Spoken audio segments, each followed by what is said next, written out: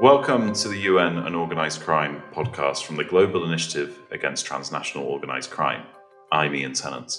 This podcast episode will explore the background to and implications of what's known as ECOSOC consultative status for civil society at the UN, and especially what that status means for those working in the organised crime policy space, including ourselves at the Global Initiative.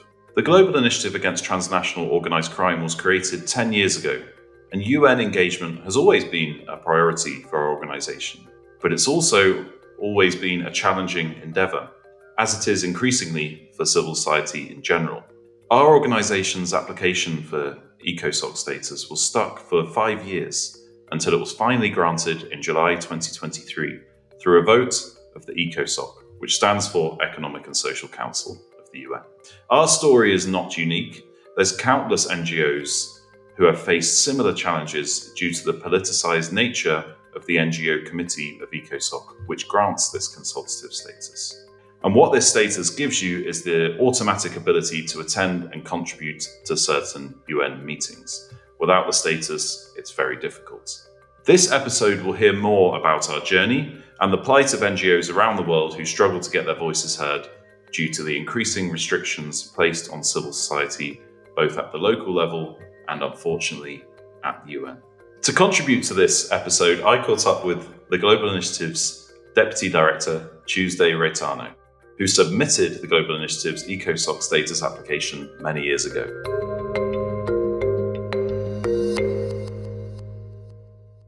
Tuesday, can you explain what the historic relationship is between the UN and the mission and mandate of the Global Initiative? Well, actually, I think the GI was born out of a conversation that the UN didn't want to have. So it came about at around 2011 that there was an initiative which was triggered through the UNODC to kick off a Secretary General's policy committee around a better UN response to transnational organised crime. And it was agreed that a Secretary General's policy committee would be convened, which would be co-chaired between UNODC and the UN Department for Political Affairs, DPA. There was a meeting in New York which brought round a series of UN agencies and departments who we felt at that time within UNODC had a mandate that was relevant to the issue of transnational organised crime. And it was fascinating then to watch these senior officials mosey into the room, really wondering why the hell they were there, absolutely convinced that the issue of organised crime had no relevance to their mandate whatsoever. And to watch the conversation unfold as they began to realise what actually we meant by organised crime, why it wasn't an issue that should just be siloed into Vienna, and how addressing the illicit economy, different forms of illicit markets and criminal actors was central to achieving a set of governance and development goals. Unfortunately, as is often the case within an environment that's highly politicized, the decision around the Secretary General's Policy Committee ended up focusing the mandate of that committee very narrowly on the preparations for the next special session on drugs within the UNGAS. And we were left feeling that actually there needed to be a broader conversation about what organized crime is. Why did it resonate with such a broad set of actors within the multilateral system? Yet the multilateral system wasn't well placed to pick up and continue that conversation, almost because it was too broad. So in the margins, and we had Peter Gastro, a good friend of Mark's and a long-time thinker around issues of transnational organized crime as a senior diplomat for the South African government. He was chairing the negotiations around what was then to become the UNTOC convention. We thought we would try and do something outside of the UN system, so a kind of shadow conversation that could feed into the deliberations of the policy committee. And under the umbrella of IPI, we convened a set of senior law enforcement officials, most of whom were their government's security liaison to the UN, a position quite common in New York, to talk about the questions of what is organized crime. And it was they who actually gave birth to what then became the GI. So they saw this issue of transnational organized crime as being something so far beyond a criminal justice issue, not a policing issue at all, which is fascinating because it's rare that a policeman would say, actually, crime isn't our business anymore, but recognized the whole political economy that had been established around the illicit economy and criminal behavior that needed a far wider set of actors to address. And so for us, it remains a multi-sectoral conversation, one that absolutely has to happen. And that because it is a transnational crime, it's also a multilateral conversation. And yet it is somehow one which the UN really struggles to engage with. So, from what you've said, it would seem like a necessary and obvious decision to apply for ECOSOC status to engage with the UN. So, when you applied for that status, I think in 2018, did you expect it would take so long? Well, the precondition to applying for ECOSOC status is that an independent civil society organization has to have 3 years of financial history. So you have to have completed 3 financial years and had them audited. And that was a mandatory prerequisite for making the application. And having come out of the UN, both Mark and I, it was a sense that, okay, this was a priority. We needed access to the UN and its bodies, which ECOSOC grants, in order to be able to continue to discuss the issue, to put it on the table, to contribute our expertise and that of the network to the multilateral debates. So it was definitely considered a priority. And the mandate of the GI, putting together the building blocks of a global strategy against transnational organized crime, we didn't see how that would be done without the UN system. For us, if there was going to be a global strategy, it had to be embedded within the UN. So it was one of the first things actually we looked into when the organization was legally registered, which was in January of 2013, so 10 years ago, that we would look at how to apply for ECOSOC status. And I remember very, very well the afternoon in the office sitting there. The sun was shining through the window, which is very rare for Geneva in January. And I was going through page after page of the form, hit this obstacle that, you need 3 audits, and realizing we wouldn't actually be able to put in an application until 2016. In actual fact, it came even later because audits were delayed. So when we made that application, I thought, okay, finally, we've reached the end of this 3-4 year quest to be eligible for ECOSOC status. So of course, I already thought we'd come a really long way in order to be able just to apply. And it was a real sense of achievement when I clicked the button to say, okay, our application is ready to go in, because we had not only founded, but grown an organization over a period of years that we now felt was finally eligible. So certainly it was a huge disappointment when we were postponed for the first time. And I just thought it was a given that it would come and that we would get it because we'd worked so hard to be there. And it never occurred to me, actually, that this politicization of the debate would extend all the way down to the NGO committee, and that our little organization would be subject to so many blocks and barriers. You've spoken about the politicization of the process at the UN, but as we know, this is reflected in the wider world as well. So over your 10 years at the Global Initiative, can you describe how the space for civil society working on these issues has evolved, both from what you've seen at a local level and at the international level? Definitely. Certainly when the Global Initiative was founded, it was commonplace to see the challenge that human rights defenders and anti-corruption activists were facing, often against their own member states, but increasingly in the multilateral environment. And we were very familiar with certain NGOs being blocked from accessing certain UN debates or being challenged from entering or giving their opinion in public fora. And so we had not anticipated this being an issue that would be applied to the work that we did necessarily in the same way. Yes, we knew it was political, but broadly, there was a strong sense that transnational organized crime was a common enemy. We felt that it was rare that governments would stand up and say, okay, we have an issue with an organization that's revealing the underworld. And really, the degree to which the progression of the blurring between criminal interests, corporate interests, and political interests has occurred over from when we were founded in 2013 to now in 2023, where that process, arguably in some states, is complete now, has come with a growing resistance to those who wish to call out the sort of troubling intersections between crime, corruption, and the state, and those who are seeking to reveal, cases of malfeasance, to hold states to account for continuing to fight against the growth of illicit networks. And I feel like we are very much now in the crosshairs of those organizations, much as human rights defenders had been 10, 15, 20 years before us, for holding up on the side of the right, because that distinction has been so aggressively eroded. And now that we have this consultative status, this ECOSOC status, which was granted earlier this year, what do you think we have a responsibility to do with that status, on behalf of civil society more generally? So I think the GI has always positioned itself as an expert body, not an advocacy body.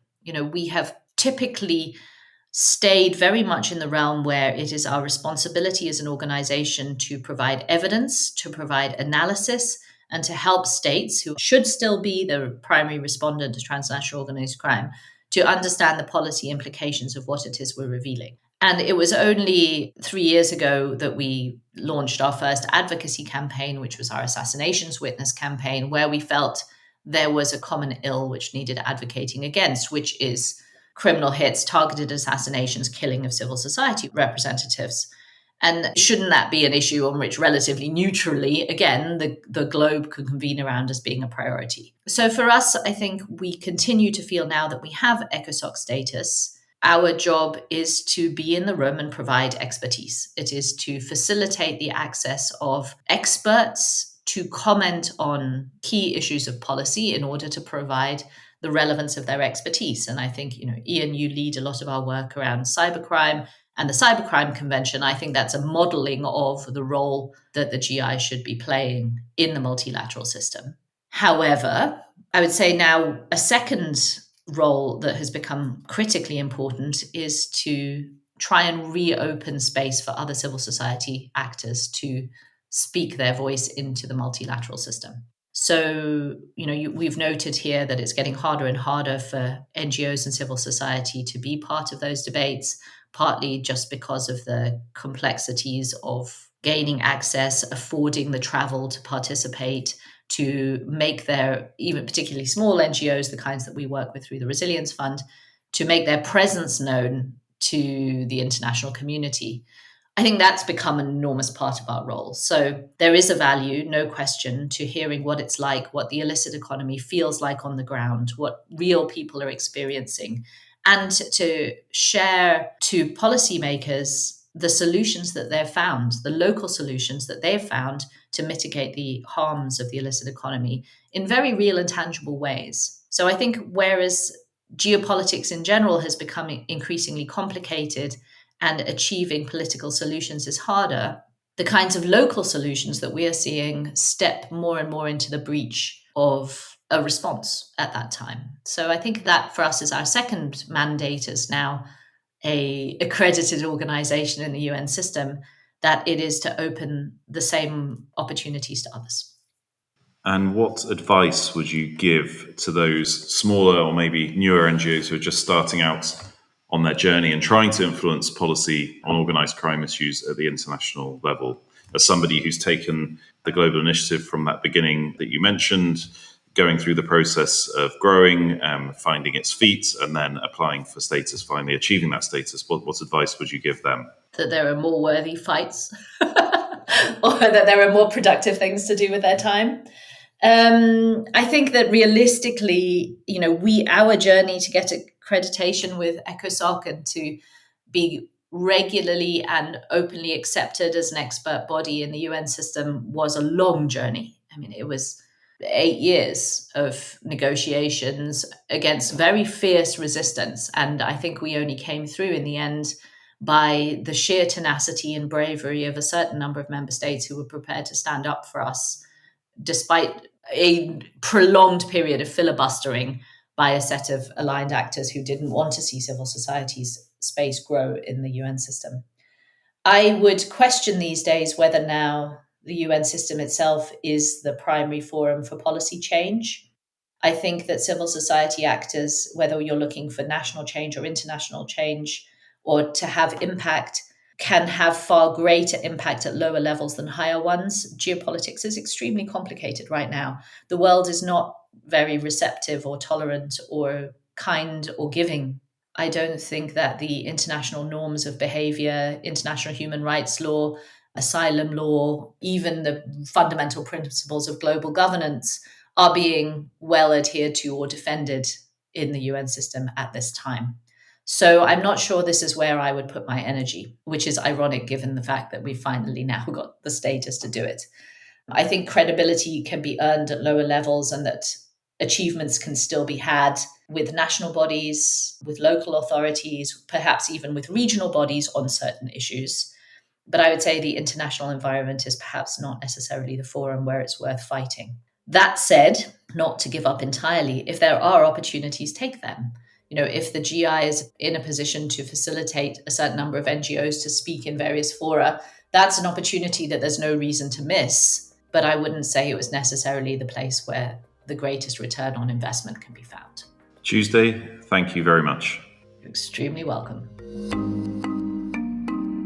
The International Service for Human Rights is an international NGO which monitors the granting of ECOSOC status and advocates on behalf of NGOs who apply for membership, as well as tracking the work of the committee which grants the status. I caught up with Maithili Pai from the International Service for Human Rights. Maithili, in your opinion, as an organisation that's watching this very closely, has it got harder in recent years for NGOs to receive ECOSOC status? And why do you think that is? So we've been monitoring and engaging with NGO committee for at least a couple of decades now, and our research shows that it has actually gotten harder. So in the early 2000s, so the governing framework that applies to the NGO committee is a resolution of the ECOSOC of 1996, and starting then to the early 2000s, when we were monitoring the percentage of NGOs that would get through the door with accreditation, it was roughly 50%, more or less, in different sessions.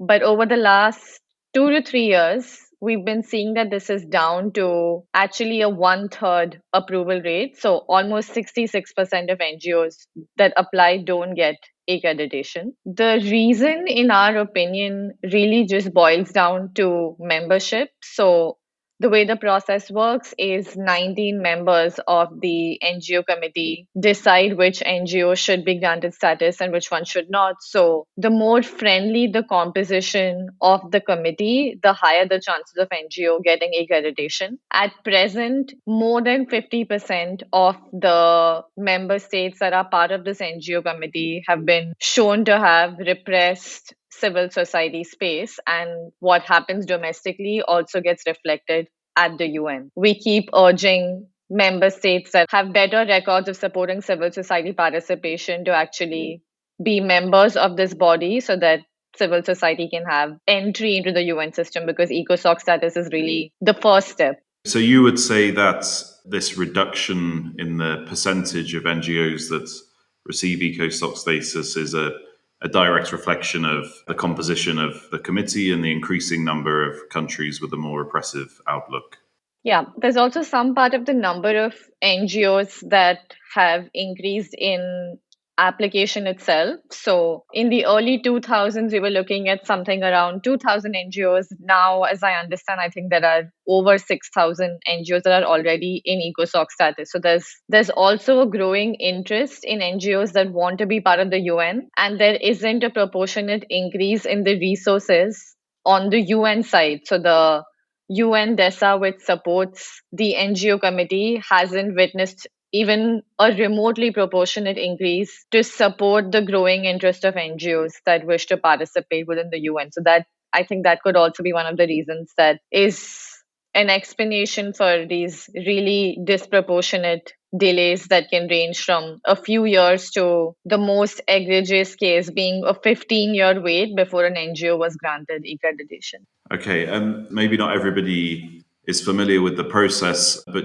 can you just briefly describe what tactics countries use to defer or block NGOs? Do they use substantive or more procedural tactics? So the way the process works is once the application is sent to the UN, the UN has its internal processes, and then it gets transmitted to the committee members for their consideration. And it works a bit like a veto in some sense, in that if any member has a question on your application is deferred automatically to the next session where you're expected to provide a response, and you aren't granted status until the point where member states have no more questions left to ask. The tactics that they employ though are that there are very limited to no safeguards or guidelines on the kind of questions that can be asked or even how many times the same question can be asked. So, as I mentioned, there was an NGO that was deferred for 15 years. This was the International Dalit Solidarity Network,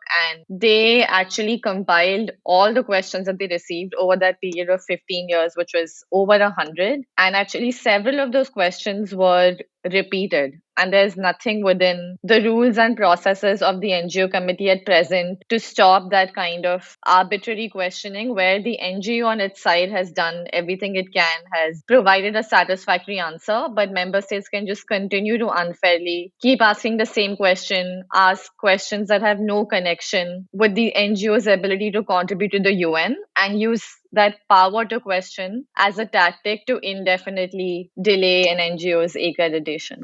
Okay, so if any country decides that there's an NGO they don't want in there, they can essentially string it out for a number of years or indefinitely. Yeah, absolutely, indefinitely. Okay, so despite the challenging picture that you've painted, why do you still think it's important? Why does your organization encourage NGOs, despite these challenges, to keep trying to engage with the UN system? Despite the challenge, we believe that NGOs have a very, very crucial role in the UN project, in shaping the norms of international governance, in holding states accountable to uphold their human rights obligations. And I'm focusing on human rights here because I work with a human rights NGO. And even though the process is unduly challenging and unfair, I think making that voice count at the UN when accreditation is received is really, really crucial. And we've been able to make a lot of progress on so many human rights issues at the UN because of the voice that civil society was able to bring in these processes. So it's also a bit of a compulsion, and that this is the process that we have to go through to have a voice at the UN. But I hope that through this process, the light at the end of the tunnel is one that is still worth it, where the people on the ground, the people of the UN Charter, are able to ensure that the outcomes coming out of the UN reflect the needs of civil society and leverage civil society's expertise on their own lived experiences and their expertise on technical issues to address the very serious challenges that we face as humanity today. And what advice or recommendations would you have for NGOs starting out on their journey of engaging or trying to engage with the UN before they get accreditation? So there are a lot of resources that exist on the process of application. The UNDESA has a guide for NGOs looking to get accreditation. The International Service for Human Rights has a handbook as well, in at least the official UN languages, and we're hoping to translate this in many more languages to make it accessible to NGOs applying from various parts of the world. I think it's really important to get the process and ensure that the eligibility requirements are met. There are, for example, requirements around being legally registered and having been registered for at least 2 years. So ensuring that at least all those procedural requirements are tick marked. And once you start engaging, to ensure, so sometimes the questions that are asked actually can be legitimate, right? There can be gaps in your application. And I think it's important to ensure that from your side, your application is up to date and provides all the answers that should be legitimately provided. But then also keeping an eye to the questions and being able to gauge at what point it's clear that this is arbitrary questioning or it's politically motivated and these are not legitimate questions anymore. And once you do reach that point, then there are different advocacy strategies that come into play based on the frameworks that exist at the moment. So one way that exists currently at the UN is a member state at the NGO committee can call a vote on an NGO that they feel is being arbitrarily targeted. And that's one way to break this indefinite cycle of being delayed because of arbitrary and unfair questions being asked on your application. So, also being aware of those processes, being able to engage with committee members, there does exist a possibility of coming to the UN in person during the NGO committee session and answering the questions that are being posed on your application. And we have been advocating for this process to be a hybrid process that doesn't require NGO representatives to travel every session to come to New York because it in our opinion, it goes against the tenets of participation and especially encouraging participation from the global south. So we really hope that this is something that would be changed and it would be in a hybrid format. But in the meantime, there does exist this possibility of also coming in person, answering the questions, but also engaging with friendly member states at the committee to point out to them the way in which you have been answering legitimately and why you think your deferral is politically targeted. Okay, and you've outlined some vital information there, and I think people will be reassured to know there are resources and NGOs out there like yours that are looking at these issues and can provide advice on advocacy strategies and so on. You mentioned the voting procedure that's been employed quite a few times now, and obviously our organization, the Global Initiative, benefited from this voting procedure at the NGO committee and subsequently at ECOSOC. But what do you think the long-term effects of these kind of procedures will be? Do you think it will unblock some of these delays that we're seeing, or could there be other unintended consequences? I think it definitely at the moment the system that we are working with, it is the only outlet through which NGOs that are being blocked can be unblocked. Those are the limitations with which we are working within the current system. In terms of what it means for the future, I think we have to bear in mind that the calling of votes and the success of votes is always affected by the politics and composition of both the NGO committee, their membership, what is the kind of support that they have from their capital, and also the composition of ECOSOC and their ability to lobby ECOSOC members on the vote, right? So it's still one that I wouldn't say it's a regular process. There have been several years where no vote was called on any NGO, like gaps of really long years, and that's what led to these NGOs being deferred for 15, 12, 10, 8 years. And then there was a point when votes started being called and some of that backlog was cleared. But just to say that this is not an institutionalized process in any way. It depends on the willingness of a state to call that vote at every time. So it's still a bit ad hoc, which is why we continue to focus on more of the systemic reforms, and also because it shouldn't come down to this, right? It shouldn't come down to NGOs being blocked for several years and then votes being called. And something that we also faced more logistically is when there's a gap of many years, because a lot of delegates at the UN are on limited time missions at the UN in New York and then are posted somewhere else or go back to capital. It's also about rebuilding the institutional memory and, justifying that this practice has existed, because like I said, it's not one that happens regularly unless a state decides to take this action. So it definitely represents hope for NGOs, but we would like to see reforms that are more institutionalized and less ad hoc. Okay, so you've spoken about the fact that there are countries out there willing to support civil society participation, and you've welcomed this ad hoc approach of the voting. But what are those, if you could kind of summarize your key asks in terms of those systemic forms that those countries who are in favour of civil society participation could fight for? So I think the states that are in favor of civil society, our view is that their support for civil society has to permeate across every engagement at the UN and not just be limited to the NGO committee, because what we're looking at is changing the broader environment, the narrative around civil society's value at the UN. So this involves states that are in favor of civil society expressing their support for civil society engagement in all their discourse at the UN, through their actions, in the way that they actually stand up for civil society, the invitations that they extend to civil society delegates in negotiations and events. It has to be something where you're walking the talk consistently, because often what happens is that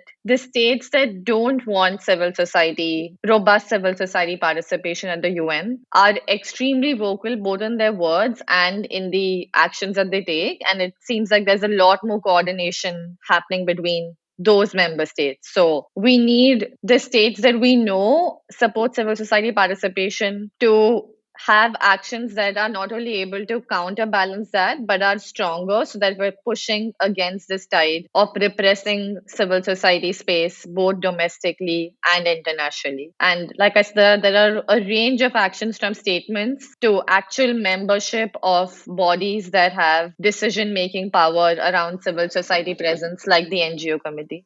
Well, thank you very much. And that's definitely food for thought, at least in the organised crime aspects of the UN, where we're primarily engaged, including here where I am in Vienna, where there's certainly been a lot of pro and anti-civil society coordination over recent years. Maithili, thank you very much for joining us today. Thank you so much.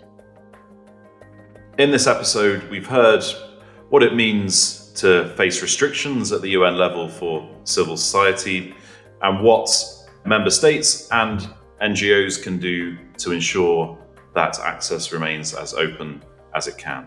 You've been listening to the UN and Organised Crime podcast from the Global Initiative Against Transnational Organised Crime.